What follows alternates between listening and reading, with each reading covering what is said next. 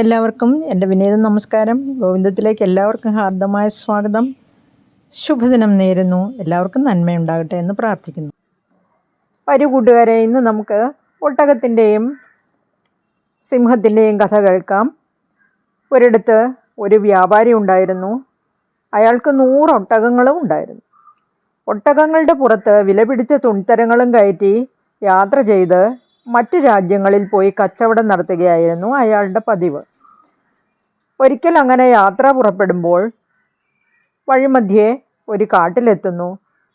അപ്പോൾ ഒരു ഒട്ടകം തളർന്നു വീഴുകയാണ്. കഥനകൻ എന്നായിരുന്നു ആ തളർന്നു വീണ ഒട്ടകത്തിൻ്റെ പേര്. ആ ഒട്ടകത്തിനെ അവിടെ ഉപേക്ഷിച്ചിട്ട് വ്യാപാരി യാത്ര തുടരുന്നു. തൻ്റെ പുറത്തെ ഭാരമെല്ലാം ഒഴിഞ്ഞപ്പോൾ ഒട്ടകം എഴുന്നേറ്റ് പുല്ല് തിന്നാൻ തുടങ്ങി. കാട്ടിലെ പച്ചിലകളും പുല്ലും തിന്ന് 2-3 ദിവസം കൊണ്ട് തന്നെ അവൻ ആരോഗ്യം വീണ്ടെടുത്തു. ആ കാട്ടിൽ മതോൽക്കടൻ എന്നൊരു സിംഹം ഉണ്ടായിരുന്നു. സിംഹത്തിന് 3 മന്ത്രിമാരാണുള്ളത്: ഒരു പുള്ളിപ്പുലി, ഒരു കുറുക്കൻ, ഒരു കാക്ക. ഒരിക്കൽ കാട്ടിൽ ചുറ്റി നടക്കുന്നതിനിടയിൽ അവർ ഒട്ടകത്തെ കണ്ടു. ആദ്യമായാണ് അങ്ങനെ ഒരു ജീവിയെ സിംഹവും കൂട്ടുകാരും കാണുന്നത്. ഉടനെ സിംഹം പറഞ്ഞു, അതെന്ത് ജീവിയാണെന്ന് ചോദിച്ചറിഞ്ഞു വരൂ. ഉടനെ തന്നെ കാക്ക ഒട്ടകത്തോട് വിവരങ്ങൾ ചോദിച്ചറിഞ്ഞ് രാജാവിനെ അറിയിക്കുകയാണ്. കാട്ടിൽ ഒറ്റപ്പെട്ടു പോയതാണെന്നറിഞ്ഞപ്പോൾ മതോൽക്കടൻ ഒട്ടകത്തോട് പറഞ്ഞു, സാരമില്ല, ഈ കാട്ടിൽ താങ്കൾക്ക് ധൈര്യമായി ജീവിക്കാം. എല്ലാ സുരക്ഷിതത്വവും ഞാനിത് ഉറപ്പു തരുന്നു. അങ്ങനെ ഒട്ടകവും അന്നു മുതൽ സിംഹത്തിൻ്റെ കൂടെ കൂടി. അങ്ങനെ ഇരിക്കെ ഒരിക്കൽ സിംഹത്തിനൊരു ആപത്ത് സംഭവിച്ചു. ഒരു ഒറ്റയാനുമായി ഏറ്റുമുട്ടുന്നതിനിടയിൽ സിംഹത്തിന് ഗുരുതരമായി പരിക്കുപറ്റി എഴുന്നേറ്റ് നടക്കാൻ പോലും വയ്യാതായി. അതോടെ പുള്ളിപ്പുലിയും കാക്കയും കുറുക്കനും പട്ടിണിയായി. സിംഹം ഇര തേടി വല്ല മൃഗത്തെയും പിടികൂടിയാലല്ലേ അവർക്കും വിശപ്പടക്കാൻ പറ്റൂ. സിംഹം മന്ത്രിമാരെ വിളിച്ചു പറഞ്ഞു, എനിക്ക് പഴയതുപോലെ ഓടിച്ചാടി നടന്ന് ഇര പിടിക്കാനൊന്നും വയ്യ. നിങ്ങൾ പോയി ഏതെങ്കിലും ജന്തുവിനെ പറഞ്ഞു പറ്റിച്ച് ഇവിടെ കൊണ്ടുവരൂ. എൻ്റെ മുന്നിലെത്തിച്ചാൽ അവരെ തട്ടുന്ന കാര്യം ഞാൻ ഏറ്റു. ഇത് കേട്ട് കാക്കയും കുറുക്കനും പുള്ളിപ്പുലിയും ഉടനെ തന്നെ ഇര തേടി പുറപ്പെടുകയാണ്. പക്ഷെ പകൽ മുഴുവൻ അലഞ്ഞു നടന്നിട്ട് ഒരു ജന്തുവിനെ പോലും അവർക്ക് കൂട്ടിക്കൊണ്ടുവരാൻ പറ്റിയില്ല. വിശന്ന് വലഞ്ഞവർ തിരിച്ച് വരാനൊരുങ്ങി. വഴിക്ക് വെച്ച് കാക്കയും കുറുക്കനും തമ്മിൽ ഒരു ഗൂഢാലോചന നടത്തുകയാണ്. കുറുക്കൻ ഇങ്ങനെ പറഞ്ഞു, ആ തടിച്ചു കൊഴുത്ത ഒട്ടകമുള്ളപ്പോൾ നമ്മുടെ രാജാവ് പട്ടിണി കിടക്കേണ്ടതുണ്ടോ? അവനെ കൊന്നു തിന്നാൻ രാജാവിനോട് പറഞ്ഞാലോ? കാക്കയും അതിനോട് യോജിക്കുകയാണ്.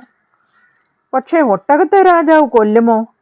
അവനെല്ലാ സുരക്ഷിതത്വവും അദ്ദേഹം വാഗ്ദാനം ചെയ്തിരിക്കുകയല്ലേ? കാക്ക ചോദിച്ചു. അതൊക്കെ ഞാൻ ഏറ്റു. ഞാൻ പോയി രാജാവിനെ പിരികേറ്റി അദ്ദേഹത്തിൻ്റെ മനസ്സ് മാറ്റാം എന്ന് പറഞ്ഞ് കുറുക്കൻ മതോൽക്കടൻ്റെ ഗുഹയിലേക്ക് പോയി. സിംഹത്തെ താണു തൊഴുതിട്ട് കുറുക്കൻ പറഞ്ഞു, പ്രഭോ, കാട് മുഴുവൻ അരിച്ചു പെറുക്കിയിട്ടും ഇന്ന് ഭക്ഷണത്തിനായി ഒരു ജന്തുവിനെ പോലും കിട്ടിയില്ല. വേറെ നിവൃത്തിയില്ലാത്തത് കൊണ്ട് അങ്ങേക്ക് ആ ഒട്ടകത്തെ കൊന്നു തിന്ന് വിശപ്പടക്കി കൂടെ? ഇത് കേട്ടതും സിംഹത്തിന് ദേഷ്യം വന്നു. എന്തു പറഞ്ഞു? അഭയം കൊടുത്ത ജീവിയെ കൊന്നു തിന്നാനോ? ഒരിക്കലുമില്ല. രാജാവായ ഞാനെങ്ങനെ വാക്ക് തെറ്റിക്കും? ഇനിമേലിൽ ഇങ്ങനെ എങ്ങാനും സംസാരിച്ചാൽ ഒറ്റയടിക്ക് ഞാൻ നിന്റെ കഥ കഴിക്കും.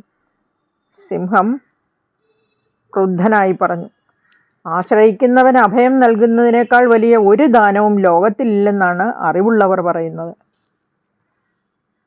ഇത് കേട്ടിട്ട് കുറുക്കൻ പറഞ്ഞു, തീർച്ചയായും തീർച്ചയായും ആശ്രയിക്കുന്നവനെ കൊല്ലുന്നത് പാപമാണ്.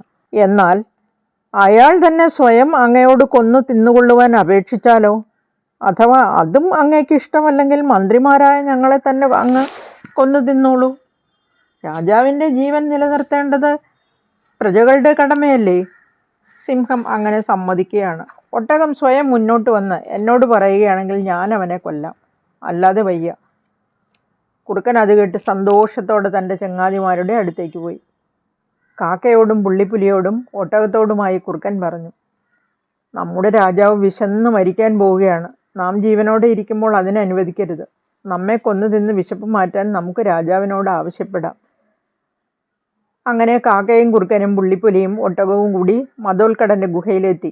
കാക്ക മുന്നോട്ട് ചെന്ന് സിംഹത്തോട് പറഞ്ഞു, പ്രഭോ, കാട്ടിൽ മുഴുവനും അലഞ്ഞു നടന്നിട്ട് അവിടത്തേക്ക് ഭക്ഷണം കണ്ടെത്താൻ ഞങ്ങൾക്ക് കഴിഞ്ഞില്ല. അതുകൊണ്ട് ദയവായി എന്നെ അങ്ങ് വിശപ്പടക്കിയാലും.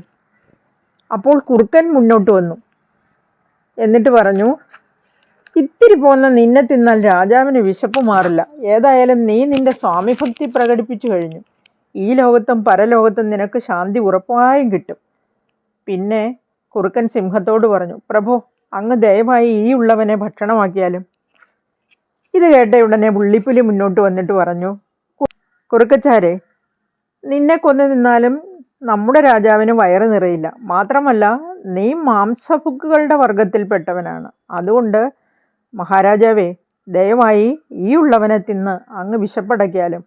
ഇതെല്ലാം കേട്ടപ്പോൾ ഒട്ടകം കരുതി, എല്ലാവരും രാജാവിന് ഭക്ഷണമാവാൻ സ്വയം മുന്നോട്ട് വരുന്നു. രാജാവാകട്ടെ ആരെയും കൊല്ലുന്നുമില്ല.